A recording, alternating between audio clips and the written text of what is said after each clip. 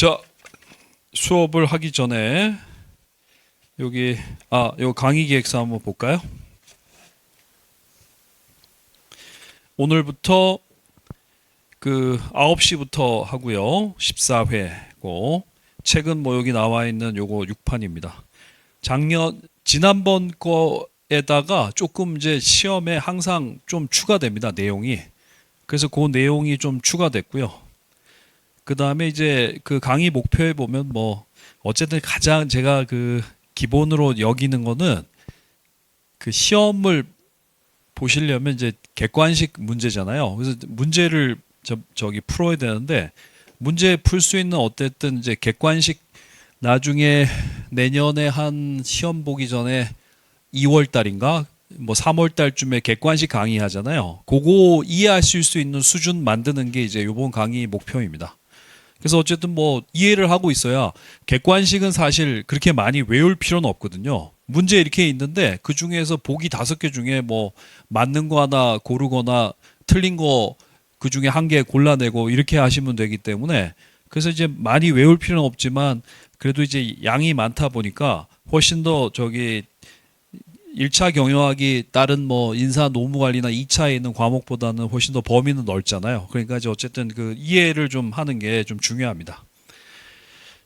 그래서 어쨌든 목표는 80점 목표로 사실 그 뭐 목표는 100점을 할 수는 있지만 그렇게 되면 아마 좀 투입을 많이 하셔야 되는데 그렇게 되면 아마 경영학에서 민법보다 투입이 더 많아야 되지 않을까 싶어요. 그러니까 여기 계신 분들은 지금 이제 8월 달에 시작하시면 1차, 2차 동차로 같이 시작하시는 분인데 그렇게 되면 조금 이제 1차에 너무 많이 과투입이 되면 좀 2차 준비도 좀 안 되고 그럴 수가 있기 때문에 어쨌든 80점 정도 받으시면 되죠.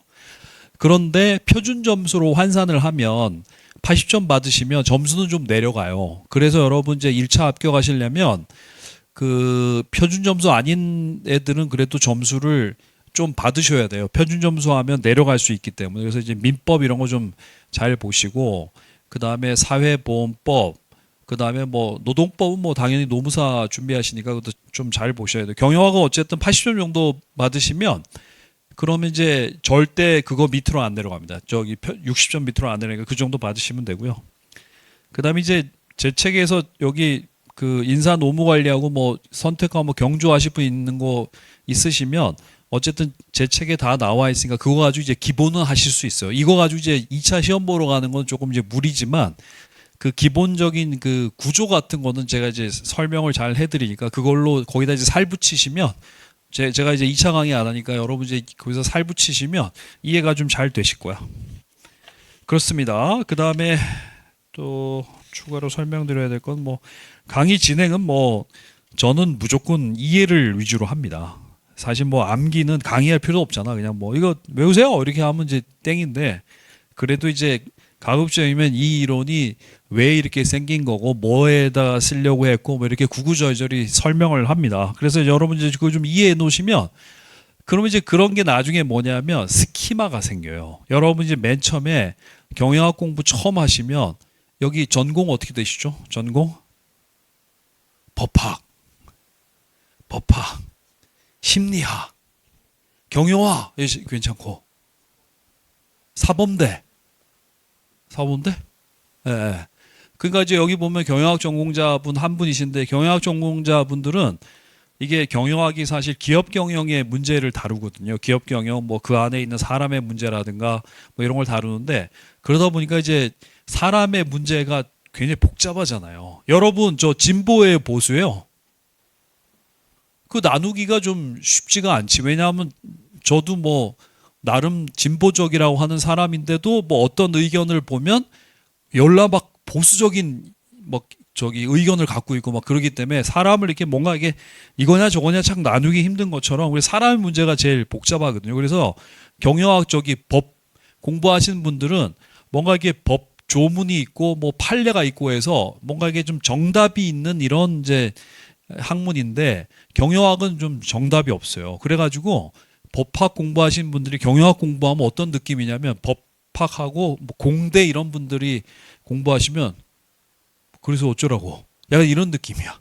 뭔가 이게 결론이 없고 뒤가 뻥 뚫린 이런 느낌이에요. 왜냐하면 이제 사람의 문제 다루기 때문에 이쪽 회사에서 엄청 그 좋은 경영 방식은 다른 데 가면 또 잘 안 맞을 수도 있고 막 그러기 때문에 상황에 맞게 이게 접근을 하고 그래야 되기 때문에 그래서 여러분도 이제 예를 들면 뭐 합격 수기 읽어보시고 수석 합격자가 썼던 공부 방법 그대로 사용하면 잘 될 수도 있고 안 될 수도 있거든. 왜냐하면 사람마다 또 공부하는 방법은 또 다 다르고 하기 때문에 그래서 좀 경영학 공부하시면서 항상 뭔가 좀 불확실성 이런 거를 좀 갖고 하셔야 돼. 그래가지고 경영학 여러분 나중에 이제 1차는 좀 쉬운데 2차에 인사 노무 관리라던가 뭐 저는 이제 인사 노무 관리 경조 예전에 강의했었는데 요즘은 강의를 안 하는데 그거가 보시면 뭐 시험에 이제 보통 출제위원들한테 시험에 냈던 건 내지 마시고 좀 안 낸 건 내세요 이렇게 해가지고 그래서 이제 뭐 선생님들도 다 그래. 저도 뭐 옛날에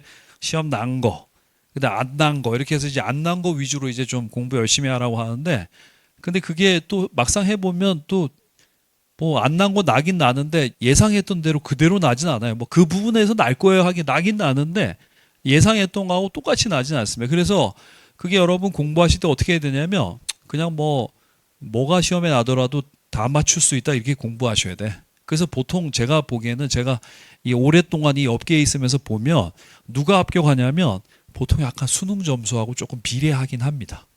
그러니까 이제 어떤 사람이 그 이 체계로 자기가 이제 읽고 막 이런 이해한 그거를 좀 이게 글로 이렇게 줄글로 이렇게 쭉 쓰고 이런 거는 또 그 이해한 거를 줄글로 쓰고 이런 거는 굉장히 좀 고도화된 능력이든 인간이 갖고 있는 능력 중에 자기가 공부한 거를 글로 이렇게 답해서 그거 써봐 하면 그걸 쭉 이렇게 그것도 그냥 막 아는 대로 막 모자이크식으로 아니 뭐예요 모듈형으로 막 갖다 때려 박는 게 아니라 다 읽었을 때 연결이 잘 되게 이렇게 마치 잘 써진 한 편의 그 신문 기사처럼 이렇게 쓰기는 쉽지가 않은 능력이거든. 그러니까 이제 보통 그런 능력들이 누가 갖고 있냐면 좀 똑똑한 사람들이 그런 능력이 높긴 하지. 그래서 이제 보통 그런 사람들이 조금 합격 가능성이 제가 있어 보니까 좀 높죠. 그러니까 여러분도 약간 그 공부 잘하는 사람들의 공부 방식 이런 걸 하셔야 돼. 막 너무 외워가지고 하면 그냥 뭐 보통 이 업계에서는 뭐 여기다가 뭐 이거 때려박고 뭐 이거 때려박고 이렇게 되면 이제 막 글이 엉망이 되지. 그래서 이게 답안지가 굉장히 한 편에 잘 써진 에세이 같은 거여야 되는데 보통 그거 그냥 망각하시고 그냥 막 뭐 저 같아도 예를 들면 시험이라고 하면 시험에 날 거라고 예상되는 거를 미리 예상 답안 해가지고 그걸 컨트롤 C에다가 컨트롤 V 하는 게 제일 쉽지만 시험에는 절대 그렇지가 않거든요. 뭐 경영학 시험도 마찬가지로 그렇습니다. 그래서 이제 여러분 뭐 어떤 문제가 나든 다 풀 수 있게 뭐 하여튼 그렇게 공부하시는 게 중요해요. 그게 중요한데 이게 나중에 가면 이제 이 분위기 휩쓸려 가지고 이제 저기 GS 연기 법 저기 노동법 듣고 나면 이제 게임 끝나. 왜냐면 그때 보면 이제 막 판례 막 외우라고 해서 막 판례를 막 토시 하나도 안 틀리게 뭐 써야 된다 막 이렇게 해가지고 그래서 막 외우는 걸로 빠져가지고 멀쩡한 사람도 그 길로 가셔요. 그래가지고 이제 사실 인사하고 경조 이런 거는 그렇게 하시면 안 되거든. 근데 이제 그렇게 해가지고 그 멀쩡한 사람이 골로 가는 경우도 있습니다. 자, 그 다음에 강의 스케줄은 여기에 나와 있는 거를 그대로는 못 지킬 수도 있어요. 그래가지고 약간 보강도 할 수가 있고 그 다음에 이제 뭐 어떤 거는 제가 글쎄요 뭐 어쨌든 다 그 강의 범위 내에 다 넣으려고 좀 노력은 하도록 하겠습니다. 네. 시간은 여러분 9시부터 12시 반인데 조금 더 할 수도 있어요. 그러니까 이제 아예 1시까지라고 이렇게 생각하고 계시면 되겠어요. 네. 별일 없으면 휴강 없이 그냥 이제 쫙 갑니다. 네. 오케이. 그 다음에 교재 한번 보세요.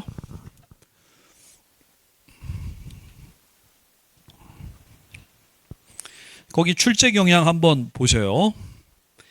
그 제가 항상 이제 최근 10년간 이렇게 놓는데 2023년까지는 그 페이지가 안 나와 있네. 여기 요 색깔이에요, 여기에. 네. 맨 위에 표 보시면 하얀색 표 보시면 23년까지는 25문제였어요.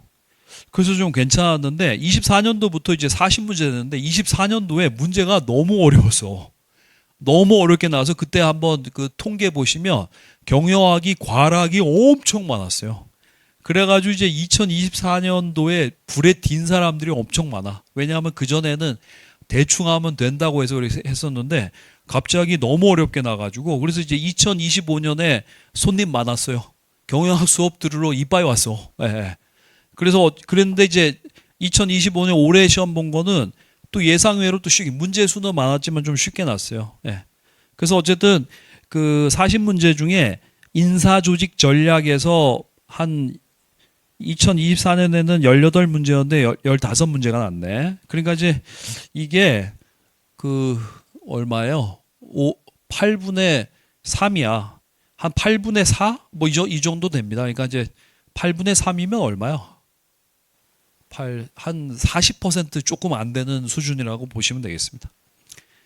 그 다음에 마케팅에서 한 5문제, 6문제 나고요. 그 다음에 이제 경영과 운영관리가 8문제, 그 다음에 회계하고 재무관리가 여기에서 거의 한 그전에는 9문제였는데 요번에 11문제 났거든요. 그러니까 이제 한 10문제 정도 난다고 보시면 돼. 근데 이제 수험생들이 이게 제일 귀찮아하는 게 회계하고 재무관리야. 그래서 여러분이 회계하고 재무관리를 일단 나 이건 안 볼래. 이렇게 해서 이제 이걸 포기하고 보시면 여러분은 이제 만점이 30개가 되는 거야. 30개. 그러니까 이제 75점 만점을 시험 보시는데 다른 데에서 좀 어렵게 났어요. 그러면 이제 거기에서 한 5개 틀리고 하면 그러면 이제 그냥 점수를 60 몇 점 받는데 표준 점수 한 사람은 그건 이제 60점 밑으로 내려갈 수가 있어. 그렇죠? 물론 뭐 그렇게 돼서 과락되는 건 아니지만 좀 위험하다는 거죠. 그래서 회계하고 재무관리 조금 그 너무 어려운 수준은 안 나요. 가맹거래사는 회계하고 재무관리가 그 가맹거래사가 가맹점 관리하는 거고 해가지고 회계하고 재무관리가 좀 중요해서 그거는 조금 어렵게 나는데 공인노무사는 그런 직무는 아니다 보니까 공인노무사 회계하고 재무관리는 좀 쉽게 납니다. 예, 그래가지고 요거는 한 7할 정도 맞으셔야 돼. 회계하고 재무관리에서 10개 정도 나면 그래도 한 7개 정도는 맞으셔야 돼요. 네. 근데 그 나중에 회계하고 재무관리 특강 제가 하거든요. 그때 오셔서 한번 들으셔도 그리고 나서 이제 문제만 좀 풀고 하셔도 좀 대비가 좀 돼요. 그래서 그렇게 생각하시면 되겠습니다. 그 다음에 이제 나머지 인사조직 전략에서 15문제가 났는데 뭐 어디서 몇 문제 났냐 뭐 마케팅 이런 건 제가 이제 구구절절히 뒤에다가 다 해놨으니까 나중에 이제 각 챕터 시작하기 전에 좀 한번 보시면 되겠어요. 대충 출제 경향을 아는 거는 중요해. 왜냐하면 거기다가 이제 여러분 투입을 약간 조절할 수가 있거든요. 시험에 조금 나는 데다 너무 지나치게 많이 투입하는 건 좀 문제가 될 수 있으니까 확인하시면 되겠고. 그래서 오늘 우리가 이제 경영 일반 배우는데 경영 일반에서 문제가 4문제, 3문제 이렇게 한 3문제 정도, 3.5문제 정도 나는 분야라고 보시면 되겠습니다. 네. 넘겨보시죠. 10페이지 봅시다. 경영학과 몇 학년까지 다니셨어요? 네? 아, 졸업하셨어요? 그럼 뭐 보통 수험생들이 다들 이제 경영학과 전공하셨어도 또 좀 되니까 또 기억도 잘 안 나고 좀 그렇죠. 왜냐하면 이제 좀 우리가 공부할 때는 그 평소 실력을 높여놔야 되는데 우리가 이제 뭐 저도 그랬지만 중간고사를 보기 위한 공부를 하잖아. 그래서 무슨 시험 있다고 하면 이제 뭐 막 벼락치기 해가지고 외우고 막 이렇게 하니까 시험 보고 나면 뭐 다 잊어버리죠. 그래가지고 보통 이제 1학년 때 배운 기초 가지고 2학년에 좀 더 심화 가죠. 2학년 때 배운 또 심화 내용을 가지고 3학년 때 더 어렵고 4학년 때 그거 기초로 더 어렵게 이렇게 해야 되는데 항상 이제 매 학기 되면 새롭고 그런 게 이제 그게 약간 평소 실력을 안 높여놔서 그런 거죠. 그래서 여러분 노무사 시험은 단기 기억 가지고는 시험을 볼 수가 없어요. 그러니까 이제 뭐 며칠 전에 깔짝이 해가지고는 시험을 볼 수가 없기 때문에 평소 실력을 높여놔야 돼. 평소 실력을.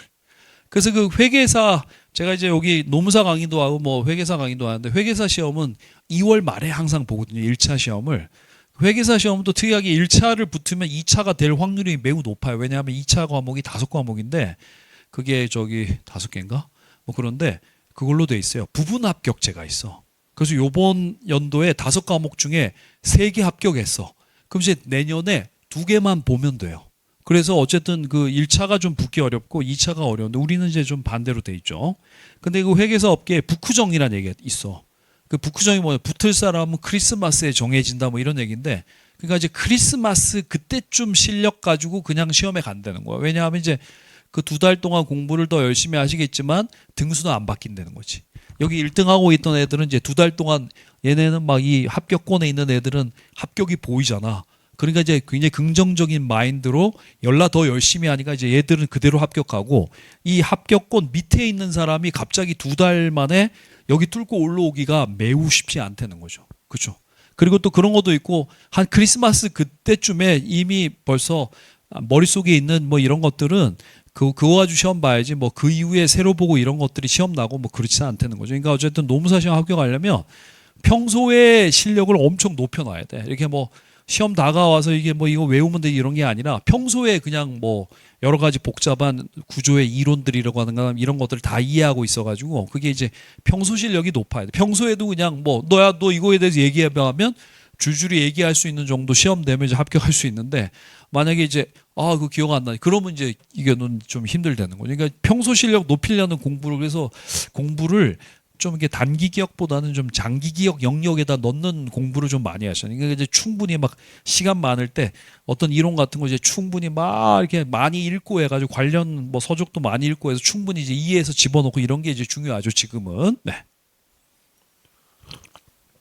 나중에 되면 이제 막 시험 보기 시작하면 2기부터 막 시험 보고 그러잖아요. 그러면 이제 그때부터는 이렇게 차분하게 앉아서 뭐 이론 공부하고 이러기가 좀 쉽지가 않아. 왜냐하면 이제 당장 점수가 낮게 나오면 빡치거든. 그래가지고 이제 점수를 높이려면 어떻게 해야 돼? 그럼 나 이거 외울 거야 이렇게 되면 그럼 이제 그런 공부하고는 완전 이제 거리가 멀어지거든요. 그렇습니다.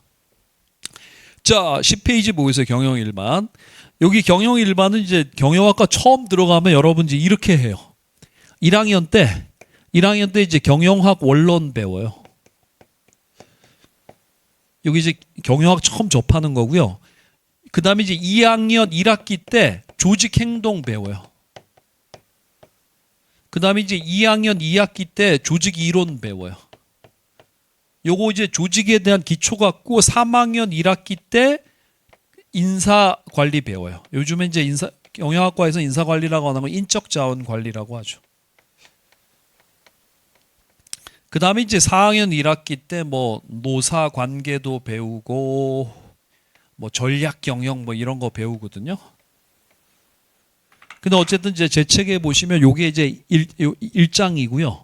그 다음에 이제 2장과 3장에 보시면 이제 조직 행동 그 개인과 집단 이렇게 해서 나눠놨어요. 양이 많아서 2장과 3장. 제 책으로 하면 요거 1장. 요거 2장과 3장. 요거 4장에서 배우고 요거 5장에서 배우고 요 노사관계도 5장 같이 있고요. 전략 경영 요건 6장. 이렇게 순서대로 이렇게 돼 있어요. 왜냐면 이게 좀 선수 과목 같은 개념이거든. 이거를 좀 그래서 요거 2개를 합쳐서 우리 저 노무사 시험에서는 경조라고 해. 경영 조직이라고 해요. 그래서 제 책에 2, 3, 4장 그도 양이 꽤 많은데 그거 정도 다 이해하고 있으면 이제 뼈대에는 다 쓴 거야. 제가 또 뼈대에 이렇게 세우는 거 이런 것도 잘 가르쳐 드립니다. 그래가지고 그거 하고 거기다 이제 좀 구체적인 살만 붙이면 이제 쓸 수도 있어요. 네, 그렇습니다. 어쨌든 이해하면 쓸 수 있으니까. 이해를 못하면 못 쓰거든. 이해를 못하면 쓰지를 못하니까 어떻게 하냐면 외우는 거야. 외우는 거는 안 돼.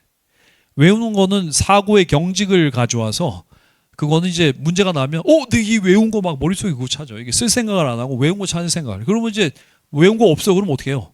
그거 못 써요. 사람들이. 그 훈련이 안 돼 있어가지고. 네. 그래서 어쨌든 그 수험생들 중에 제일 그 수준 높은 기술이 뭐냐면 책에 자기가 한번 책을 보고 이해를 하면 이거를 약간 자기가 갖고 있는 언어로 이게 답안지 옮길 수 있는 스킬이 이게 수험생이 갖고 있는 스킬 중에 제일 이 동네에서 제일 똑똑한 사람들이 그걸 많이 갖고 있어. 그러니까 이게 사람마다 차이가 많이 나잖아. 이런 거 훈련이 돼 있는 사람이 있고 안 돼 있는 사람이 있는데 이거 차이 때문에 좀 답안지의 퀄리티가 차이가 많이 나죠.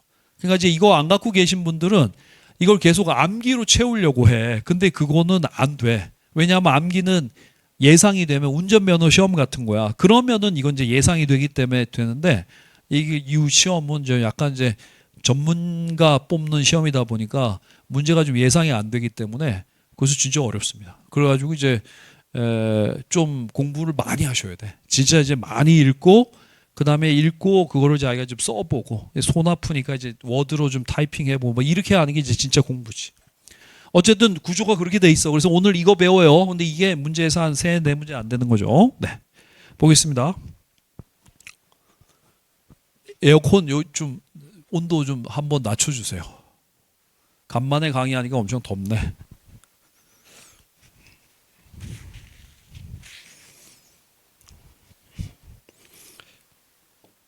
거기 경영이란 무엇이냐 이렇게 나와 있는데 뭐 이런 거는 외우지 않아도 됩니다. 네. 경영을 이제 영어로 하면 비즈니스 어드미니스트레이션 하고 이제 매니지먼트라고 하는데 그 매니지먼트 쉽게 말하면 매니지먼트 이거 관리야 관리. 여러분 그 레토릭이라는 거 들어봤어요? 레토릭 밸류. 레토릭이 뭐냐면 연락 이제 좀 있어 보이게 말하는 거지. 그러니까 뭐 관리라고 하는 것보다 뭐가 경영 이렇게 하면 연락 더 있어 보이거든. 네, 그래서 그 좀 그런 표현이야. 관리에 약간 있어 보이는 표현을 경영이라고 보시면 돼. 그래서 어쨌든 뭐 의미는 개인이나 사회 전체의 안락 복지를 위해 필요한 재화 및 서비스 생산 분배 관리하는 뭐 이런 재반 활동을 그걸 이제 경영 혹은 뭐 관리라고 한다는 거죠. 그래서 쉽게 보면 이게 관리야. 그래서 여러분 저기 그 뭐 여러분이 롯데리아 매니저라고 하면 롯데리아 매니저는 뭐예요? 롯데리아 매니저는 뭐 그 알바생도 관리하고 거기 있는 저기 뭐 식자재 같은 것도 이제 재고가 얼마나 남아 이제 적으면 주문도 하고 해야 되니까 그런 거. 그다음에 매장의 청결도도 관리해야 되고 뭐 이런 거지. 그다음에 이제 뭐 집에 엄마가 이제 집안 관리하시는 거지. 그렇죠? 예, 냉장고도 관리하시고 뭐 청소 뭐 이런 것도 관리하시고 하는 거지. 그러니까 이제 관리하는 사람이 다 경영자라고 보시면 돼요. 자, 그다음에 그 효과성과 효율성 걔는 이제 그 제 책에 보면 거기 곱하기 3 이렇게 돼 있잖아요. 그건 이제 시험에 3번 났다 이 뜻이야. 그래서 제가 이거 시험 난 거는 거기다가 제가 깨알같이 이렇게 써놨어요. 그러니까 이제 여기 시험 난 거는 곱하기 3은 뭐냐면 그 우리 시험이 산업인력관리공단에서 주관하는 시험인데 산업인력관리공단에서 주관하는 경영학 시험에 공인노무사도 있지만 가맹거래사, 경영지도사 이게 3개 있는데 요 3개 보면 출제위원들이 좀 이렇게 돌고 돌아요. 같은 공단에서 하니까 이제 경영학 출제 선생님들한테 요 좀 와서 좀 내주세요. 이렇게 해서 좀 보통 한번 냈던 사람들이 보통 그 시험지의 난이도라든가 이런 감을 잘 알고 있으니까 그 교수님들이 이렇게 돌려쓰기 때문에 출제가 좀 약간 문제가 비슷하게 나고 그런 경향이 좀 있어요. 그래서 이제 그 3개를 주로 분석을 해놨어요. 네. 그래서 효과성과 효율성인데 효과성과 우리가 이제 기업 경영을 할 때 효과적이면서 동시에 효율적으로 기업 경영을 해야 되는데 그 밑에 보시면 효과성이 뭐냐면 그 박스 안에 목표의 달성 여부입니다. 효과성은. 그 다음에 효율성은 이제 자원의 활용도를 의미해. 그래서 예를 들면 이런 거예요. 만약에 이제 여기 계신 분이 효과성은 이제 목표의 달성 여부니까 그 목표를 달성하면 효과적인 거예요. 여러분이 예를 들면 뭐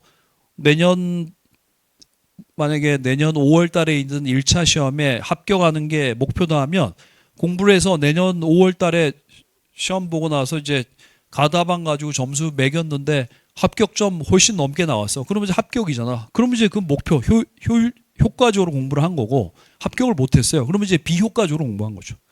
근데 예를 들면 이제 여기 계신 분들이 우리 학원 저 1차 종합반 커리큘럼 따라가서 합격을 했어. 그래서 1차 종합반 얼마일까? 내년도 저 끝까지 다 얼마예요? 뭐 그런 거 있어요? 내년 저기 시험 합격할 때까지 미리 다 결제하는 거 있어? 있어요? 1차? 얼마쯤 해요? 150. 그럼 이제 어떤 분은 합격을 했는데 150만 원을 이제 투입을 하고 합격했고 어떤 분은 여기 계신 다른 분은 이제 우리 학원 선생님들한테 다 개별적으로 과외를 받았어. 그래서 이제 저는 경영학이니까 저는 1,000만 원 받겠어요. 그래서 이제 어떤 분이 이제 우리 1차 과목이 5과목인가 그래서 이제 5천만 원 5천만 원을 투입을 하고 합격을 한 거야. 그럼 이제 똑같이 합격했으니까 효과적인데 누가 더 효율적이냐? 이게 자원의 활용도. 이게 숫자가 훨씬 좋잖아요. 그렇죠? 네. 그래서 그걸 이제 효율성이라고 하면 효율성이 이제 자원의 활용도야. 그러니까 투입과 산출의 비율이라고 생각하시면 돼요. 그러니까 여러분 이제 예를 들면 오늘 이거 배웠으니까 이제 앞으로는 효과적하고 효율성하고 두 개를 좀 구분해서 쓰셔야 되는데 예를 들면 이제 여러분 두통이 와서 펜자에 사 먹었어요. 그러면 이제 펜자에 사 먹고 친구가 약 효과가 있냐 효율이 있냐 어떻게 물어봅니까? 효과 있냐고 물어보잖아. 그러니까 어쨌든 그 두통약 먹고 두통 사라지면 효과적인 거고 안 사라지면 비효과적인 거 한 거죠. 그러니까 어쨌든 효과성은 목표의 달성 여부, 효율성은 자원의 활용도. 그러니까 이제 두 개를 합치면 어떻게 되냐면 10페이지에 왼쪽 상단에 있는 것처럼 효율적이면서 동시에 효과적이어야 되는 거죠. 그러니까 자원도 적절하게 쓰고 기업 목표 달성한 게 그게 이제 첫 번째 칸이죠. 그러니까 기업 경영은 그렇게 해야 된다는 거죠. 근데 이제 우측 상단은 뭐냐면 이제 자원은 효율적으로 썼는데 목표를 달성 못한 거야. 그러면 안 되는 거죠. 네. 그다음에 이제 왼쪽 하단은 뭐냐면 목표는 달성했는데 자원을 너무 이제 비효율적으로 사용한 거죠. 우측 하단은 뭐 둘 다 비효과적이고 비효율적이니까 완전 망하는 거죠. 그러니까 어쨌든 기업 경영은 뭐 구체적으로 어떻게 해야 되는지 모르지만 추상적으로 어쨌든 뭐야? 효율성과 효과성을 동시에 추구하는 마인드다. 이렇게 보시면 되는 거죠. 우리가 이제 그 비즈니스 어드미니스트레이션 경영학이라고 하는 이 앞에다가 퍼블릭을 붙이면 퍼블릭 어드미니스트레이션 하면 이게 이제 행정학이에요. 근데 행정은 우리가 이제 뭐 약간 기업 마인드로 하기에는 좀 무리가 있잖아. 그러니까 어떻게 뭔가 이제 골고루 이게 형평성이 중요해요. 거기는 효율성 뭐 이런 거보다는 형평성이 굉장히 중요하죠. 예를 들면 뭐 국가를 발전시킨다고 사실 뭐 서울에서는 강남 지역이 제일 인프라도 제일 잘 돼 있고 도로도 잘 돼 있고 교통도 잘 돼 있고 해가지고 사실 뭐 강남 지역에 사는 사람들이 국가로부터 혜택은 제일 많이 보죠. 그렇죠. 왜냐하면 인프라가 굉장히 잘 돼 있고 하니까. 그렇죠. 근데 이제 예를 들면 뭐 국가를 발전시킨다고 이제 거기 강남 지역에다가 국가에서 더 투자를 하는 거야. 그렇게 되면 이제 그 돈이 다른 데 못 가고 하니까 좀 문제가 되는 거죠. 이게 행정학하고 경영학은 좀 다른 측면에 있다는 거죠. 행정학은 약간 좀 가치의 문제 이런 걸 다루는 거죠. 근데 여러분 이제 이게 시험에 나는데 거기 보시면 그 11페이지 우측 상단에 있는 제가 여기에는 문제를 아주 쉬운 것만 냈는데 여러분 거기 있는 저 10페이지 박스 안에 있는 목표의 달성 여부에서 doing the right thing 하고 doing things right 하고 그거 외워놓으셔야 돼. 네. 효과성, 효율성 그 영어로도 물어봅니다. 그래서 그것도 좀 외워두셔야 돼요. 네. 그러니까 이제 효과성은 뭐냐? 옳은 일을 하는 거고 그 다음에 이제 효율성은 뭐예요? 일을 이제 올바르게 하는 거죠. 옳게 하는 거죠. 네.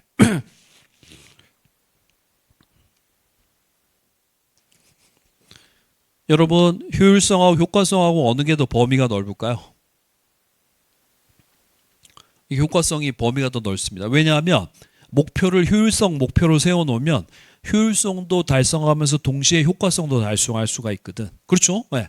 요번에 우리 회사 마케팅 그 마케팅 비용 뭐 1억 원 쓸 텐데 1억 원 써서 매출을 5억 올릴 거야. 이렇게 되면 이제 1억 써서 5억 올리는 게 목표이기 때문에 그렇게 되면 이제 효율성도 달성할 수 있고 효과성도 달성할 수 있기 때문에 효과성이 더 큰 거죠. 그래서 여러분 이제 2차 경조 가면 이 효과성에 대해서 이제 연락 배웁니다. 효과성. effectiveness.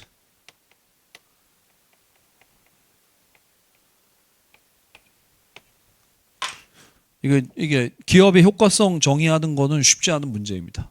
최근에 여러분 이제 정권이 바뀌면서 이제 산업재 이런 거가 요즘에 뭐 대통령이 국무회의 때 엄청 이제 뭐 강도 높게 이제 뭐 얘기를 주문하고 하는데 예를 들면 이제 기업의 저기 효과성을 산업재해가 안 생기는 걸로 정의를 한다. 그렇게 되면 이제 산업재해는 안 생기면 어떻게 돼? 산업재해 안 생기면 또 약간 또 이게 사실 산업재해가 안 생긴다고 해서 돈을 못 벌면 안 되는데 또 약간 또 그렇게 될 수도 있어요. 왜냐하면 저기 공사 현장 이런 데에서는 공사 기간을 단축하는 공기 단축이 이제 중요한데 공기 단축을 하려면 아무래도 약간 무리한 약간 일정을 짤 수밖에 없고 이러다 보면 이제 문제가 생길 수도 있고 하거든요. 어쨌든 그래서 이제 이 기업의 효과성 이런 거 정의하는 게 이게 쉬운 문제가 아닙니다. 그래서 나중에 뒤에서 또 배워요. 그 다음에 두 번째 경영자의 분류 보세요. 저 11페이지에 보시면 거기 나와 있는 거는 이제 계층에 따른 분류입니다. 여러분 이제 이런 걸 뭐라고 하냐 경영학에서 항상 이제 조직에는 위계가 있어. 그걸 하이어라키라고 합니다. 하이어라키. 하이어라키가 이제 위계야 위계. 항상 보면 조직에 가면 높은 사람이 있고 낮은 사람이 있잖아요. 그걸 이제 하이어라키라고 하는데 보세요. 첫 번째 제일 꼭대기에 있는 사람이 이제 최고 경영자입니다. 최고 경영자. 그 다음에 저 맨 밑에 보면 이제 비관리직 종업원이야. 그러니까 여기는 이제 사실 여러분이 회사에 입사를 하시면 여기로 들어가죠. 비관리직 종업원 가시는 거죠. 네. 그러다가 이제 일선 경영자가 뭐냐면 그 일선을 영어로 이제 비관리직 종업원들하고 첫 번째 선에서 만난다고 해서 영어 보세요. 뭐라고 돼 있어? First line manager. First line manager. 그래서 여러분 그 어떤 경우에는 영어 이게 경영학이 전부 다 이게 물 건너온 거거든요. 그래서 용어가 다 영어로 돼 있는데 영어로 공부하시는 게 훨씬 더 직관적일 수도 있어. 네. 그 First line manager. First line manager. 그래서 First line manager가 그 비관리 종로 첫 번째 선에서 만나는 경영자라서 일선 경영자라고 하는데 이 사람들이 누구냐면 정말 비관리 저기 밑에 있는 일반 직원들하고 같이 일하는 뭐 맨 밑에 관리자가 누구야? 뭐 대리, 과장, 차장, 부장까지. 부장도 저 밑에 있는 직원들하고 같이 회식하고 같이 일하고 그렇습니다. 네. 그래서 그게 이제 일선 경영자예요. 그러니까 하급 관료죠.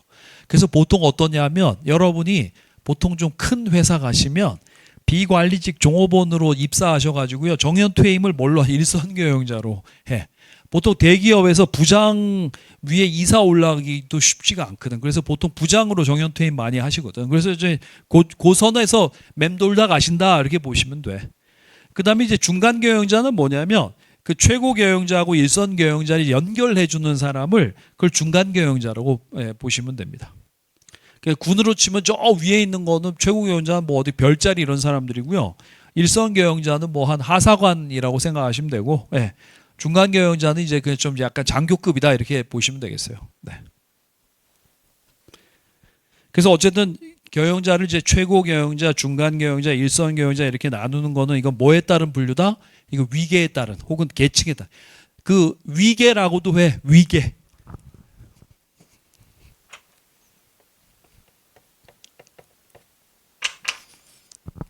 여러분 이제 여기 보면 이제 다음 중 뭐 경영자의 뭐 분류가 다른 것은 이렇게 되면 뭐 계층에 따른 분류 이렇게 되는데 그걸 이제 위계라고 해놓으면 그러면 이제 그거는 또 못 맞추시면 안 돼요, 여러분. 네, 그 비슷한 말 같은 거는 충분히 알고 계셔야 돼. 그 다음에 뒷장에 넘겨보세요. 소유에 따른 분류. 이건 시험에 한번 났었는데 여러분 기업 경영의 기본은 소유 경영자입니다. 여러분 제가 뭐 평생 벌은 돈 가지고 뭐 예를 들면 뭐 할까 나 요즘에 뭐 하면 돈 벌 수 있을까? 최소한 말아먹지는 않을 수 있을까? 뭐 해야 될까? 여기 신림동에 와서 커피숍 하면 바로 망하잖아요. 뭐 하지? 만약에 한 10억 투자해서 장사한다고 하면 뭐 할 것 같아?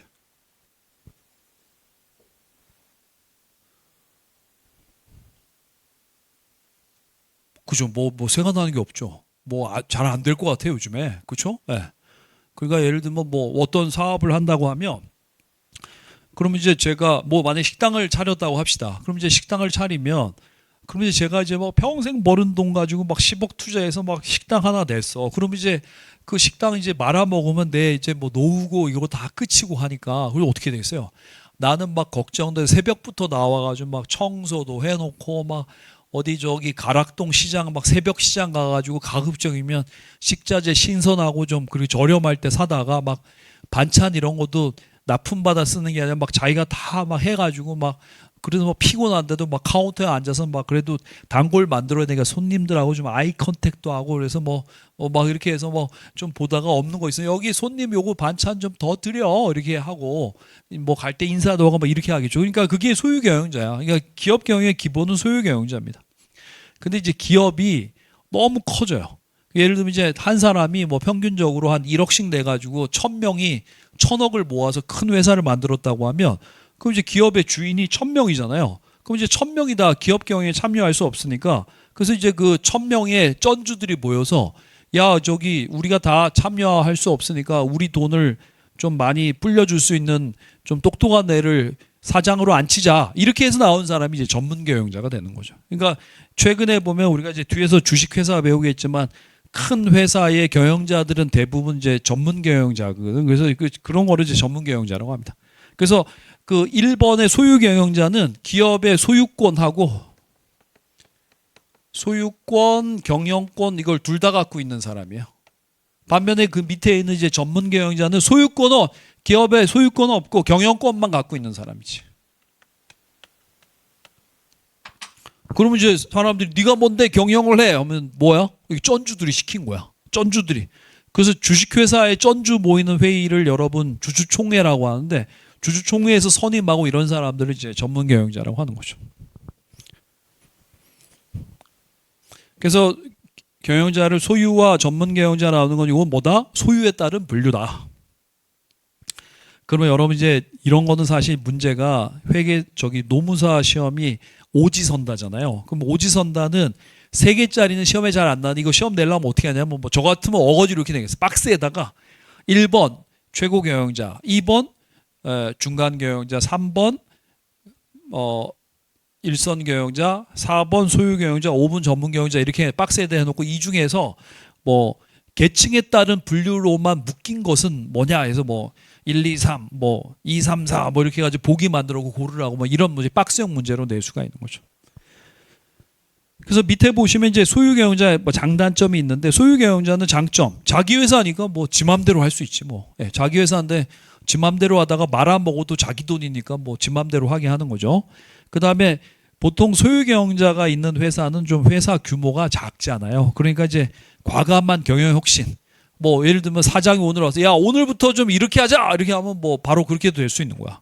회사가 크면 뭐 바꾸고 하는데 쉽지 않지만 그 다음에 이제 환경 변화에 빠른 적응. 회사가 작으니까 여러분 저기 승용차들은 저 교통 상황에 따라서 이렇게 좀 칼치기라고 들어보셨나요, 여러분? 여학생들 칼치기 이렇게 막 차선 막 옮기면서 이렇게 미꾸라지처럼 다니고 이렇게 되지만 길이가 막 30m짜리 되는 막 탱크로리 이런 것들은 막 그렇게 못 다니잖아. 그러니까 이제 그냥 한 길로 계속 쭉 다닐 수밖에 없어요. 그렇죠? 그러니까 어쨌든 등치가 작으면 이렇게 샥 빨리빨리 좀 적응할 수 있지만 등치가 크면 쉽지 않다. 그래서 이제 보통 소유 경영자 있는 회사가 작아서 그렇다.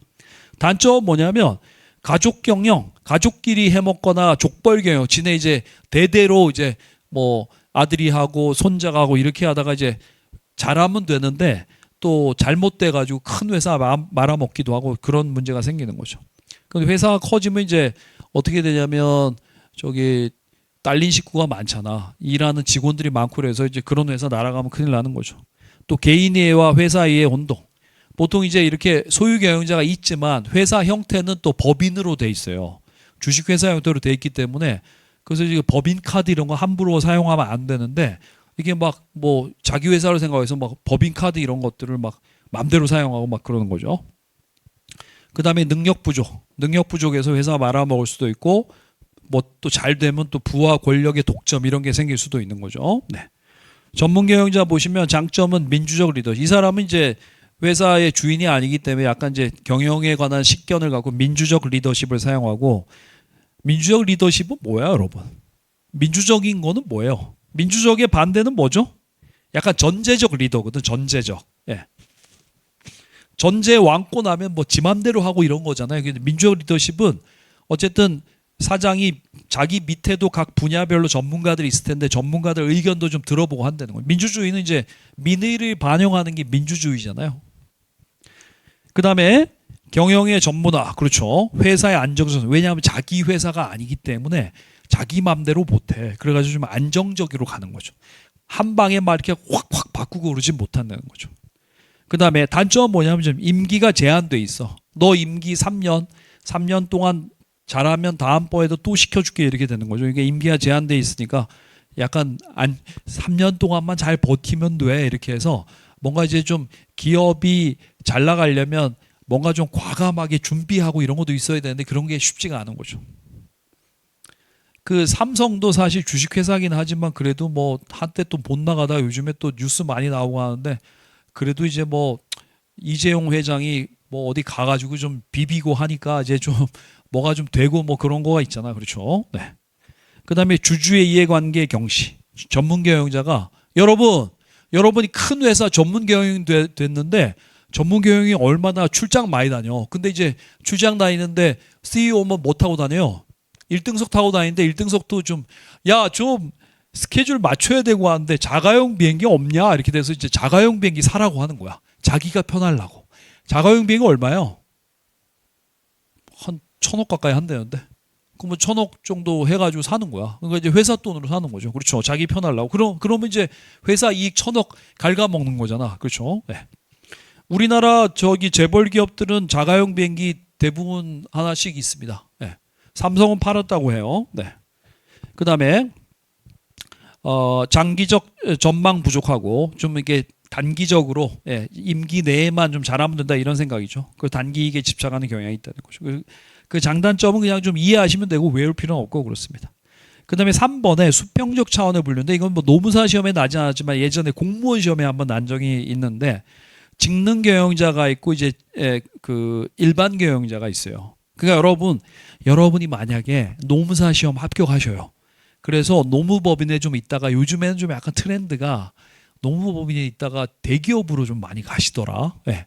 왜냐하면 워크라이프 밸런스도 좀 대기업이 훨씬 나을 거고 그 다음에 급여 같은 것도 좀 안정적이고 그래가지고 물론 좀 경쟁적이긴 하지만 노무사 자격증도 있고 하니까 노무사가 저기 대기업 가면 그래도 저기 일적으로도 좀 괜찮고 나중에 뭐 정년 전에 좀 나오더라도 노무사 자격증이 있으니까 나오셔가지고 대기업 약간 인맥 이런 거 활용해서 또 그 자기 또 법인하거나 아니면 뭐 사무실 이렇게 하셔도 되기 때문에 그쪽으로 많이 가시는데 여러분이 만약에 이제 노무사 자격증 가지고 회사 들어가면 여러분 어느 부서로 가요?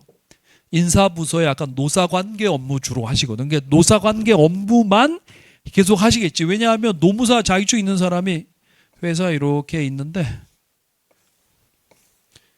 여기 이제 이쪽이 뭐 여기가 HR이라고 합시다. 그럼 여기에서만 이제 계속 이게 쌓는 거야. 그래서 이 한 분야를 굉장히 깊이 있게 아는 사람, 이게 이를테면 스페셜리스트지. 이걸 뭐라고 하냐면 이제 직능 경영자라, 펑셔널 매니저라고 해요. 근데 회사에는 뭐 모든 분야를 다 깊이 있게는 아니지만 그래도 두루 좀 아는 사람도 좀 필요하거든. 그래서 그런 사람을 이제 제너럴 매니저, 제너럴리스트라고 하는 거죠. 여러분이 저 위쪽에 가면 뭐 사장, 부사장 이런 거 되면 부사장은 그래도 이제 회사 살림살이 해야 되고 이런 사람이기 때문에 이 부서가 다 어떻게 돌아가는지는 대부분 조금씩은 다 어떻게 알아야 되거든. 그런 거를 이제 제너럴 매니저라고 합니다. 그래서 대표적인 게 거기도 나와 있지만 뭐 공장장이야, 공장. 여러분이 만약에 이제 무슨 뭐 서울 우유에 여러 공장이 있는데 그 중에 어디 제일 큰 공장이 공장장이라고 하면 여러분이 그 공장 내에 인사 문제라든가 노사관계 문제라든가 생산성의 문제라든가 또 지역사회하고 생기는 뭐 어떤 갈등이라든가 이런 거를 전부 다 어느 정도 조율을 하셔야 되기 때문에 그런 거를 우리가 이제 제너럴 매니저라고 하는 거죠. 그러니까 회사 내에는 그 약간 펑셔널 매니저도 있고 제너럴 매니저도 있고 한 거죠. 그렇죠? 여러분 대표적인 펑셔널 매니저가 있는 사람도 누구냐면 보통 재무야, 재무관리. 재무관리가 전문 분야이기 때문에 다른 예를 들면 여러분 뭐 마케팅 부서에 있던 사람이 인사부서에 와서 그래도 조금 할 수는 있고 뭐 요즘은 다 이렇게 마케팅도 전문화돼 있고 인사도 전문화돼 있고 하지만 옛날엔 좀 그랬거든요. 근데 이제 재무 쪽은 함부로는 못 가. 재무하던 사람이 인사는 가서 대충 할 수 있는데 인사하던 사람이 재무는 못하거든요. 그래서 재무하던 사람은 계속 재무만 해요. 그래서 회사 내에서 누가 승진하면 이 사람이 재무통이라고 이렇게 얘기를 하는데 그게 그런 이유인 거야. 그래서 회사 내에는 보통 재무관리하고 뒤에 우리가 재무관리 있으니까 배워보시면 아시겠지만 좀 전문 분야입니다. 그러니까 회계라든가 재무라든가 뭐 이런 게 약간 그렇습니다. 근데 최근에는 이제 좀 다들 기업 경영도 전문화되고 그래서 이런 이제 약간 전문화 추세입니다. 그래서 여러분도 약간 현재 경력을 이쪽으로 좀 쌓는다, 한 곳으로 좀 쌓는다 이렇게 보시면 되겠어요. 그 다음에 오른쪽에 보겠어요. 이제 경영자의 분류 배웠고 그 다음에 경영자의 요구된 능력 보겠습니다. 여러분 여기 앞에가 이게 재미가 없어. 여기 지금 여러분 약간 졸리죠. 제가 이제 어디까지 재미없는지 제가 설명드릴게요. 재미가 어디까지 없냐면 32페이지까지는 좀 재미가 없어. 그래서 여기 약간 인내심을 사용해야 돼. 공부가 재미없으면 인내심 쓸 필요 없죠. 그렇죠? 그냥 책 보는 게 재밌는데 그래서 인내심 쓸 필요 없지만 하기 싫은 걸 하려면 이제 인내심을 사용해야 되거든. 그래서 이제 인내심이 에너지야, 여러분. 그래서 인내심 한번 바닥 나면 어떻게? 다시 이제 찰 때까지 기다려야 돼. 그래서 이제 그때가 뭐냐? 번아웃이지. 여러분 그럼 해보시죠. 재밌는 거 하면 인내심을 쓸 필요 없지. 그렇죠? 유튜브 보고 할 때 인내심 쓰나? 그렇죠? 하지만 싫은 거 하면 연락 싫지. 그렇죠. 그러니까 여러분 중요한 건 이제 이 업계에 들어오셨는데 공부 한 얼마큼 해야 돼? 진짜 운 좋으면 얼마 하면 돼요? 1년만 딱 하면 돼. 내년 8월까지만 딱 하면 딱 좋은데 그럴 확률이 얼마죠? 진짜 완전 생동차생 합격 확률 몇 퍼센트죠? 한 5% 될까? 그거 쉽지가 않죠. 그러니까 이제 대부분 한 2년, 3년 하시거든. 그럼 2년, 3년을 하기 싫은 걸 어떻게 2년, 3년 하냐. 그러니까 약간 재미 붙여서 해야 돼. 재미 붙여서. 자기가 이제 공부를 재미 붙여서 하려면 약간 자기 주도적인 학습해야 됩니다. 이 공부가 그 좀 재미가 있으려면 자기가 뭔가 이거에 대한 좀 뭔가 새롭게 해석하는 뭐 교재 같은 걸 만든다? 뭐 이렇게 생각하면서 공부하셔야지 그냥 뭐 남들이 했던 것처럼 계속 어떤 뭐 무슨 특정 뭐 교과서만 하나 외우고 이렇게 되면 재미가 없어. 예. 그러니까 막 그런 거 있잖아요, 여러분. 뭐 이렇게 공부하다 보면 이렇게 막 정리하다가 보니까 이제 뭔가 내 식으로 정리가 잘 돼서 이게 하고 나니까 연락 뿌듯하고 재미도 있고 해가지고 내일 빨리 독서실에 앉아서 다른 그 이론도 이거 식으로 한번 정리하면 잘 될 것 같아. 약간 이렇게 되면 이게 재미가 있는데 이게 안 그러면 이제 노무사 공부하려고 독서실에 앉았는데 책상 정리를 지금 2시간째 하고 계속 카톡 질의하고 앉아 있다고 하면 안 하는 게 좋죠. 이게 잘 안 맞는다는 거지. 그렇죠? 안 맞는 걸 3년 동안 어떻게 하냐? 네. 그리고 나서 여러분 그 3년 후에 뭐 할 거야? 일단 나이가 벌써 플러스 3이 돼 있는데 뭐 할 거야? 그렇죠? 그러니까 약간 재미 붙여서 하는 게 중요해. 네. 3년 동안 싫은 거를 어떻게 할 거야? 그렇죠? 이게 제일 이제 중요한 관건이죠. 근데 이제 한국 사람들 대부분 인내심이 있고 해가지고 잘 합니다. 자, 그 다음에 이제 경영자 요구된 능력 보겠어요. 시험에도 한번 났는데 이 로버트 카츠라는 사람은 저 유명한 학자거든. 네. 카츠가 이제 경영자에게 요구된 능력이 1. 개념화 능력, 2. 대인관계 능력, 3. 현장 실무. 이게 이제 이런 세 가지 스킬이 중요하다고 봤는데 여러분 보세요. 일단 3번의 현장 실무 능력, 이게 제일 쉬운 테크니컬 스킬이 뭐냐면 이런 거야. 전문화된 활동을 수행하는 데 필요한 기술이야. 그러니까 여러분이 이제 회계부서 여러분 관리자라고 하면 여러분한테 저기 뭐 후배들이 와서 과장님 이거 회계 처리 어떻게 해야 되죠? 그러면 이거는 이런 식으로 하셔야지. 이렇게 해서 이제 설명하고 이렇게 할 수 있는 거를 실무 능력을 현장 실무 능력이라고 합니다. 그다음에 2번의 대인관계 능력은 여러분 노무사 되면 대인관계 능력 중요해 안 중요해? 중요하겠죠. 왜냐하면 노무사에서 성공하려면 무슨 뭐 이런 노동법 잘하는 것도 중요하지만 영업을 잘 하셔야 되거든. 그래서 여러분이 이제 자기 이름 걸고 노무사 뭐 전수환 뭐 이렇게 사무실 열면 자기가 직접 발로 뛰어가지고 영업을 해야지 이제 먹고 살거든요. 그럼 이제 영업했을 때 뭔가 사람들이 신뢰도 주고 어쨌든 영업을 해왔어. 근데 이제 일이 엄청 많이 들어오면 여러분 밑에 노무사 많을 텐데 이 사람들 일을 주다 보면 이제 여러분 밑에 있는 노무사는 자기 회사처럼 일 열심히 할까? 아니겠지. 왜냐하면 보통 직원들은 이제 아까도 말씀드렸지만 투입은 최소로 하고 여기 산출은 최대로 받아. 일은 최소로 하면서 월급은 이빠이 받아갈 수 있는 방법 없을까? 이거를 다 생각하고 있거든. 그러니까 이제 사람들 열심히 일하게 만들기가 쉽지가 않죠. 그렇죠? 그러니까 이제 사람들 같이 뭐 우리가 노무사 업무 같은 거 팀으로 하다 보면 누구는 많이 하는데 누구는 조금 하고 하니까 팀 내에서 갈등도 있고 막 이런 거 이제 해결할 수도 있고 해야 돼. 그런 걸 이제 대인관계 능력이라고 하는 거죠. 그래서 여러분 이제 노무사 하시려면 그 뭐 실제로 여기 필드에서 그냥 노무사 하시다 아니면 회사에 가서 노무사 하셔도 노사 관계 이런 거 하시면 노조 사람들하고 만나가지고 이제 얘기도 하고 이렇게 해야 되는데 그때는 이제 사실 노동법도 중요하긴 하지만 그 노조 사람들 항상 보면 회사에 불만 제기하고 하고 그럴 텐데 그런 거를 좀 이렇게 잘 무마할 수 있는 능력 이런 것도 약간 인간적인 걸로 뭐 맨날 그 얘기 하시는데 그거는 다른 회사도 안 해주고 그런 건데 우리 회사만 그건 어떻게 해줘? 이렇게 해서 약간 이제 좀 이렇게 넘어갈 수 있는 그런 능력 같은 것도 굉장히 중요한 거지, 그렇죠? 네. 그런 게 대인관계 능력이고, 그래서 이게 모든 경영자에게 사람과 더불어 있어서 모든 경영이 다 요구되고, 일본의 개념화 능력이 제일 중요한데 이건 뭐냐면 여러분이 이제 큰 회사의 CEO가 됐어. 그러면 오늘 월요일이잖아요, 여러분. 월요일 아침에 얼마나 많은 보고서들이 올라올까? 보고서 뭘로 돼 있어요? 다들 막 이런 도표와 막 그래프와 이런 것들 막 요약돼서 막 부서별로 보고서가 막 이빨. 우리 회사 그 부서에서만 올라오나 해외 지사에서도 막 해외 시장 동향해가지고 막 보고서가 이빠이 올라오거든. 그럼 이제 그걸 CEO가 머릿속에 넣고 야, 이게 내가 이제 지금 보고를 한 6개월 동안 받아보니까 대충 흐름이 이런 쪽으로 가고 있는데, 그래서 그럼 우리 회사도 이제 앞으로 이쪽으로 해야 되겠다라고 해서 뭐 큰 투자를 하거나 의사결정하 이런 능력을 개념화 능력이라고 하는 거죠. 그래서 이런 거가 이제 경영자에게 제일 중요한 거지. 그래서 그 밑에 보시면 그림에 보시면 이제 최고 경영자에게 상대적으로 제일 중요한 게 이제 개념화 능력이야.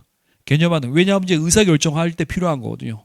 그 다음에 이제 일선 경영자는 중요한 의사결정 안 하니까 그 사람은 현장 실무 능력이 다 중요한 거고, 모든 경영자에게 다 중요한 건 뭐다? 대인관계 능력이다. 그러니까 여러분 아까 이제 계층에 따른 분류로 보시면 이렇게 계층에 따라서 일단 세 개만 합시다. 여기가 일선 경영자, 중간 경영자, 여기가 최고 경영자라고 하면, 그럼 여러분 이제 처음 여기 들어갔을 때는 현장 실무 능력만 있으면 돼. 현장 실무 능력, 약간의 대인관계 능력만 있으면 되지만, 여러분 이제 승진해서 이 위로 올라가면 올라갈수록 뭐가 필요한 거야?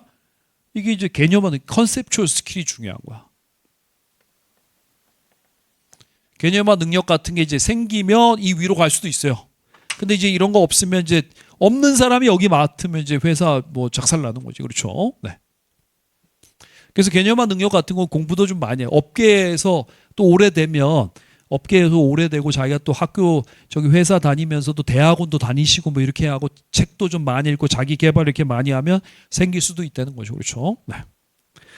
아니 저기 여러분 뭐 회사의 어떤 CEO 이런 사람들이 무슨 뭐 큰 강의 같은 유튜브 보면 뭐 유명한 컨퍼런스 같은 데 회의하면서 자기 업계의 앞으로의 비전이라든가 뭐 그런 뭐 업계가 앞으로는 어떻게 바뀔 것이다 이렇게 얘기하는 이런 거 보면 그런 게 다 이제 컨셉추얼 스킬. 뭐 저기 젠슨 황 뭐 이런 사람들 나와가지고 얘기하잖아. 그렇죠? 그런 거죠. 그런 거. 그 다음에 젠슨 황 때문에 제가 돈 좀 벌었습니다. 엔비디아 제가 투자했는데 약간 좀 벌었습니다. 예. 요즘에 엔비디아 주식 얼마냐면 한 180불 정도 하거든요. 근데 제가 언제 샀냐면 20불에 샀어요. 20불에. 22불인가 뭐 하여튼 25불 그쯤에 샀어. 네. 그때도 연락 비싸다고 생각하고 샀어. 근데 뭐 어떻게 뭐 하다 갑자기 막 160불 가더니 좀 내려갔다 다시 180불 됐어요. 그래가지고 그때 몇 주를 샀냐면, 이게 그러면 얘가 약간 돈이 나오기 때문에 몇 주는 얘기 안 하겠습니다. 어쨌든 일론 머스크 형하고, 일론 머스크 나하고 친구인가? 뭐 어쨌든 젠슨 왕하고 해가지고 좀 약간 제가 벌었습니다. 네. 그건 벌었는데 다른 거는 연락 마이너스 많아요. 네. 근데 걔네 두 개가 워낙 많이 올라가가지고 제가 조금 약간 벌었습니다. 근데 어쨌든 제가 젊은 분들한테 여러분 젊었을 때는 투자하시면 안 돼. 젊었을 때는 시드 머니를 만들려면 무조건 저축하셔야 돼. 투자는 약간 여유 있으면 그때 해. 이건 날려 먹어도 돼. 이러면 이제 약간 해도 되지만 젊었을 때 무조건 뭐예요? 저축하셔야 됩니다. 근데 요즘에 젊은 분들 엄청 재테크에 관심 많잖아. 그렇죠? 돈 버는 관심 많은데 지금은 아니야. 지금은 저축을 할 때입니다. 저축. 약간 시드머니가 생기면, 왜냐하면 아예 투자를 해버리시면 그것까지 다 날아갈 수가 있어. 그러니까 이제 처음에는 저축. 4번의 경영자의 역할을 보겠습니다. 민츠버그. 민츠버그는 연락 유명한 학자고요. 곱하기 3 시험에도 많이 나는 거네. 네. 일단 이제 민츠버그라는 학자가 경영자가 굉장히 여러 가지 일들을 하는데 이걸 해보니까 이제 크게 세 가지. 대인관계 역할하고 정보 전달자 역할하고 의사결정자 역할, 이렇게 세 가지를 하더라는 거죠. 근데 이게 시험에 많이 난 건 여러분 그 15페이지 상단에 민츠버그 경영자 역할 제가 정리를 해놨지만 시험에는 뭐가 많이 날까요, 여러분?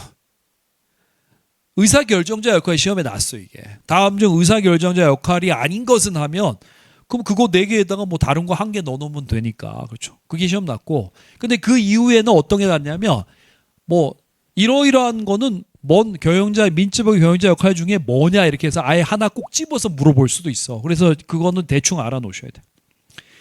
대인관계 역할은 뭔가 이렇게 좀 사람들 간의 관계를 좀 조절하고 연결해주고 뭐 이런 거야. 그래서 1번에 피겨헤드. 피겨헤드가 뭔지 아시죠, 여러분? 피겨헤드가 우두머리 역할이야. 우두머리. 상징적 대표. 쉽게 말하면 우두머리야, 우두머리. 여러분 항상 그 이해하실 때 자기식으로 이해해야 돼. 여러분이 갖고 있는 뭔가 이게 세계를 보는 세계관 뭐 이런 거가 관점이 이제 그런 식으로 이론을 자기식으로 이해해야 이해가 돼. 아, 이거 이렇게 해야지. 거기 있는 말로 이해를 하면 이해가 안 돼요, 여러분. 그러니까 항상 뭐 공부 그게 공부야. 뭔가 이해를 자기식으로. 그렇게 되면 나중에 처음 보는 이게 계속 공부가 되면 나중에 어떤 이론을 접했을 때 아, 이게 그 이론에다가 요거 바꾼 거구나 해서 바로 이해가 바로 돼요. 그러니까 그게 공부야, 그게. 그렇게 되면 이해도도 매우 높아지고 그 다음에 빨리 이해할 수도 있고 그래서 이게 이론을 다른 사람보다 더 많이 공부할 수 있기 때문에 이게 확대할 수 있어. 그런데 맨날 외우기만 하면 어떻게 돼? 이해가 안 되니까 응용도 안 되고 뭐 쓰지도 못하고 그냥 맨날 앵무새처럼 그냥 똑같은 말만 하는 거야. 그러니까 이제 그게 공부야. 공부가 된 이해를 해야 돼. 이해를 자기식으로 이해하는 거죠. 그 다음에 그래서 상지적 대표적. 그러니까 그거 무슨 거냐면 여러분 우두머리 역할이 뭐야?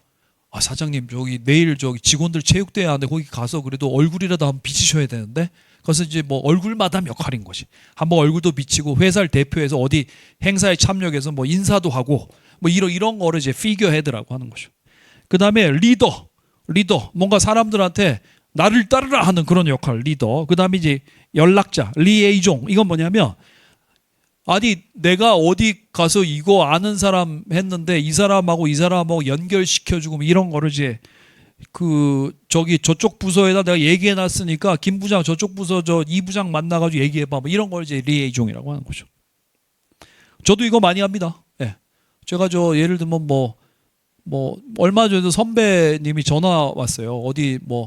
어디에 학점은행제에서 뭐 인사 노무 관리 강의해 달라고 그래가지고 저한테 좀 그 선배님이 강의하라고 그랬는데 제가 그거 촬영 강의하는 거 찍기 싫어가지고 저는 안 하겠다고 해서 그러면 네가 누구 하나 좀 소개해줘 해가지고 제가 알고 있는 저 노무사 중에 좀 연차가 됐고 강의하고 싶어하는 친구 있거든. 그래서 그 친구 소개해줬어요. 그리고 이런 게 이제 연락자 역할인 거지.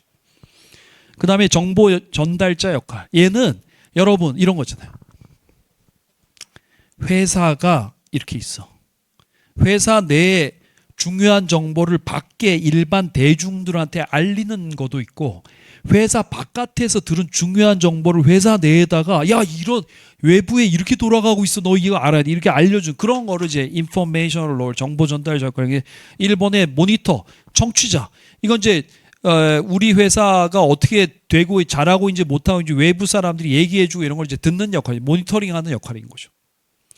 그 다음에 디세미네이터는 전파자야. 보통 여러분 저기 CEO가 어디 뭐 조찬 세미나 이런 데 가면 또 무슨 뭐 교수들 이런 사람들 나와서 최신 경영 트렌드 이런 거 얘기해주면 회사 가가지고 임원들 불러놓고 야 내가 오늘 이 얘기 들었는데 우리 회사도 이거 하면 괜찮을 것 같아 해가지고 그런 거 퍼트리는 역할을 디세미네이터라고 하고 그 다음에 대변인 역할 스포크스퍼슨은 여러분 이제 이 나중에 배우는데 우리가 이제 이 기업을 둘러싸고 있는 외부에 있는 이런 외부 환경에 좋게 보이는 게 중요하잖아.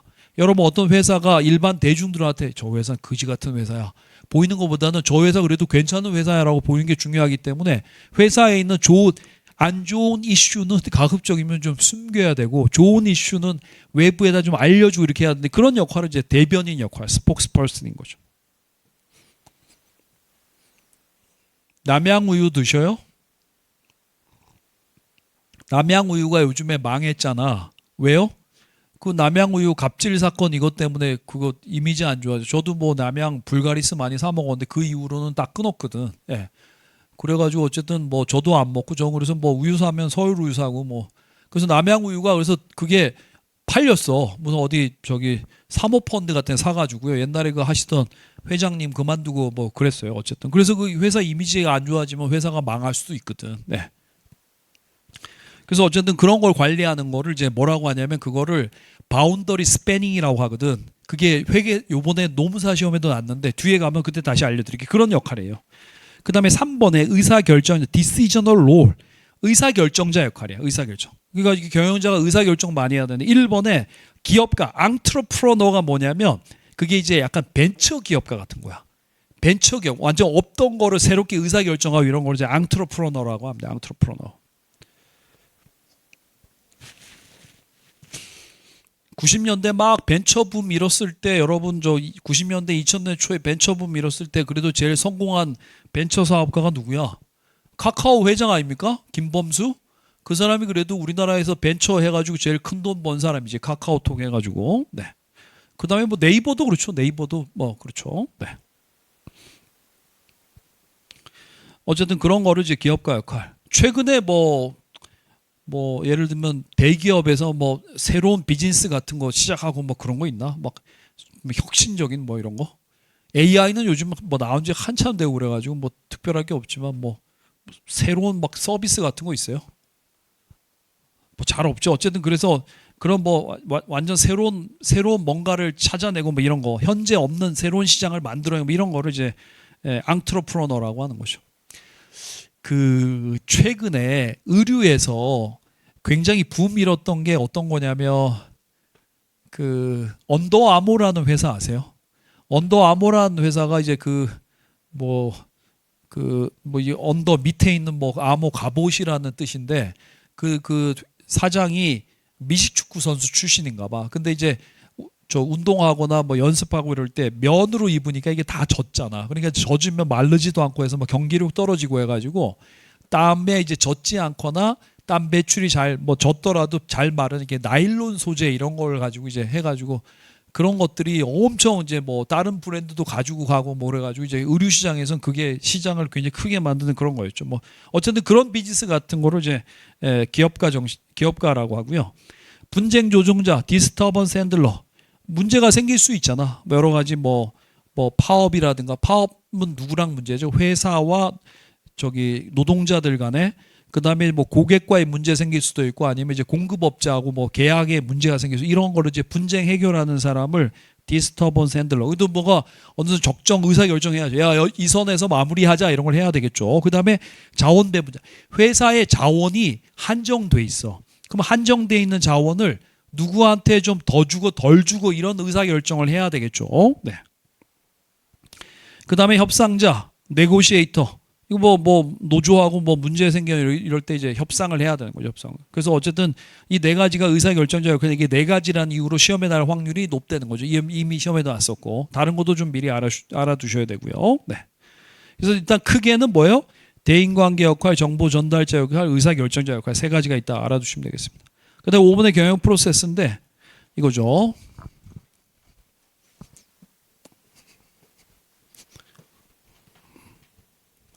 여러분 저기 내일부터 약간 저 겉옷 갖고 오셔. 약간 제가 더워서 에어컨 세게 틀 수 있으니까. 왜 이렇게 덥죠? 간만에 강의해서 그런가? 여러분 이제 경영이라는 게 아까 이제 효율성과 효과성을 동시에 추구하는 건데 경영 어떻게 하냐면 순서가 이렇게 돼 있습니다. 계획, 조직, 지휘, 통제 이렇게 돼 있어요. 영어로 하면 이제 이게 플래닝, 계획을 세우는 거죠. 이제 오거나이징, 리딩, 컨트롤링. 이 계획은 뭐냐면 계획화가 뭐냐면 뭔가 이제 우리가 기업은 항상 목표가 있기 때문에 목표를 정하고 어느 정도 수준을 할까 목표를 정하고 목표의 달성 방법이 이제 전략 수립하고 하는 거를 플래닝이라고 합니다. 여러분 이제 전략은 목표 그 자체가 아니고 목표를 달성하기 위한 수단을 그걸 전략이라고 해요. 전략. 그래서 예를 들면 이제 여러분 내년 5월 달에 1차 시험 합격하는 게 목표라고 하면 저마다 이제 전략은 좀 다르겠지. 그래서 뭐 어떤 분들은 나 인강 들으면서 뭐 집 근처에 독서실 할 수 있고 아니면 뭐 학교 도서관 아니면 뭐 학교 고시반 들어가실 수도 있고 또 세세하게는 나는 뭐 공부해 보니까 이거는 영 점수가 안 나오더라. 그래서 이거는 나는 기본만 맞고 다른 거에서 좀 얘는 한 60점 다른 거에서 점수를 뭐 8, 90점 맞아서 그래서 평균을 한 75점 맞춰서 할 거야. 이렇게 사람들마다 또 세세하게 또 과목 조정하는 것도 있고 그러니까 그런 거죠. 근데 여러분 이거 기억해 두시. 시험은 무조건 못하는 과목을 잘 봐야 저기 합격을 해. 왜냐하면 여러분 이제 뭘 하나를 잘 못해. 그래서 그거를 포기하죠. 그랬는데 그 해에 그 시험이 엄청 쉽게 났어. 그래서 공부만 하면 거의 다 맞는데 여러분 포기하면 아예 그거를 남들 다 맞는 걸 다 틀려. 그렇게 되면 이제 완전 시험 끝날 수가 있어요. 그래서 여러분 저 시험은 항상 못하는 거를 잘해야 돼. 그래서 끝까지 그거 잡고 있어야 돼. 그러니까 시험에 뭘 하나를 포기한다는 거는 좀 합격 약간 포기하는 거하고 비슷해. 그러니까 그 뭐 잘하든 못하든 그래도 합격은 해야 되니까 그 끝까지는 다 하셔야 돼요. 항상 그 못하는 거에서 점수가 좀 나와야 합격하거든. 네. 근데 또 잘하는 거는 막판에 되면 시간 부족해가지고 예를 들면 막 2기, 3기 이런 거에서 모의고사 보면 막 항상 막 점수 엄청 잘 나오고 그래서 막판에 이제 지금 3기 끝나고 각자 공부하는 시기 때 이때 그냥 그거를 놓고 다른 거 부족한 거 하시는 분인데 그렇게 되면 감이 금방 떨어져요. 그러니까 매일매일 이렇게 해서 여러분 시험 이틀 보잖아. 그럼 막판 되면 이렇게 하셔야 돼. 첫날 오전 과목, 첫날 오후 과목, 둘째 날 오전 과목, 둘째 날 오후 과목 이렇게 해서 사이클을 매일 돌리시든가 아니면 이거 오전에 하고 오후 하든가 뭐 이렇게 해서 계속 돌리든가 이거 매일 안 보면 감이 금방 떨어집니다. 금방 떨어집니다. 여러분 저기 시험 끝나고 나서 노동법 한 달만 안 봐도 거의 까막눈대요. 그래가지고 저기 합격한 친구들 이제 저기 사무실에서 올 때 노동법 공부 좀 해가지고 오라고 합니다. 왜냐면 그동안에 많이 봤거든. 까막눈된 사례들을 많이 봤기 때문에 그렇습니다. 어쨌든 그렇고 그래서 계획이라는 게 뭐예요? 목표를 설정하고 전략 수립하는 거고 그러면 이제 목표가 섰어요. 그러면 이제 목표 되고 전략 수립되면 그 다음 뭐 해야 조직화를 하는 거야. 그래서 이거 조직화는 회사 내에 있는 여러 가지 인적 자원과 물적 자원 혹은 뭐 재무 자원 이런 거를 조직화하는 거야. 야, 너는 뭐 이 일 맡고 너는 이거 맡고 그다음에 이제 그쪽에다 물자 보내주고 돈도 뭐 여기다 뭐 예산 더 배분해줘 막 이런 거야. 그래서 이게 조직화예요. 그래서 여러분 요까지만 되면 일이 돼. 목표도 됐죠. 뭐 부서에다가 사람하고 물자라든가 예산도 할당해 주게 요까지 되면 일이 자동으로 되는데 그럼 지위는 뭐냐면 일을 하다 보면 사람들이 잘못된 길로 갈 수 있어요. 그래서 어떻게 사람들한테 이제 리더십 발휘하고 그 다음에 이제 사람들 동기부여 한글로 쓸까?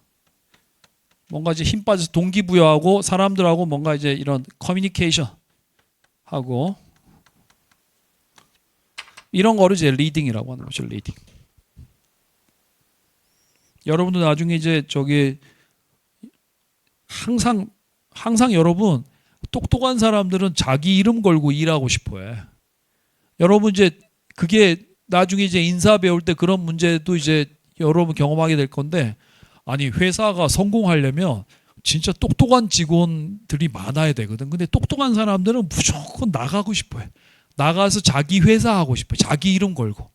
여러분 월요일 날 아침에 자기 회사 사장이라고 하면 오늘 빨리 가서 주말에 심심했는데 오늘 빨리 가서 직원들 갈구고 해서 같이 박 이사랑 밥 먹으면서 연락 갈구고 해야지. 재밌게 나가지만 남의 일 해주려고 하면 월요일 날 아침에 출근하기 연락 짜증나지. 그렇죠? 그러니까 사람도 어쨌든 자기 일 하고 싶어요. 그러니까 항상 똑똑한 사람은 밖에 나가려고 한다고. 자기 일 하고 싶어 하는데 회사에선 얘가 성공하려면 얘가 꼭 필요해. 그러니까 이제 이게 관리하기가 힘든 거야. 인사 관리가 그래서 힘든 거죠. 힘든 거. 네. 그래서 어쨌든 그런 거 하는 거야. 그런 거 이제 리딩 하고요. 그럼 이제 일이 끝난 다음에 뭐야? 통제. 이건 뭐가 잘못됐나 이렇게 피드백 하는 거야. 피드백은 이제 일로 갈 수도 있고 여기가 문제가 있어서 일로 갈 수도 있고 한 거죠. 그게 통제입니다. 그래서 이게 계속 경영 프로세스라는 게 저렇게 계획, 조직, 지휘, 통제가 계속 도는 거야. 계속 도는 프로세스다. 근데 누가 최고 경영자도 저런 프로세스들을 일하고 중간 경영자도 저 프로세스를 일하고 일선 경영자도 그 사람 일하는 업무 영역이 다르기 때문에 다 다르지만 어쨌든 순서는 다 저런 순서대로 한다라는 것이죠. 이해가시죠? 네. 근데 이제 약간의 디테일이 있어서 요거를 이제 하나씩 보겠어요. 뒷장에 넘겨봅시다. 거기 15페이지의 그림 바로 위에 보면 이걸 처음 얘기한 사람 누구야? 페올. 이거 뒤에서 다시 배웁니다. 페올. 페올이 얘기해서 페올. 프랑스 사람이야. 앙리 페올.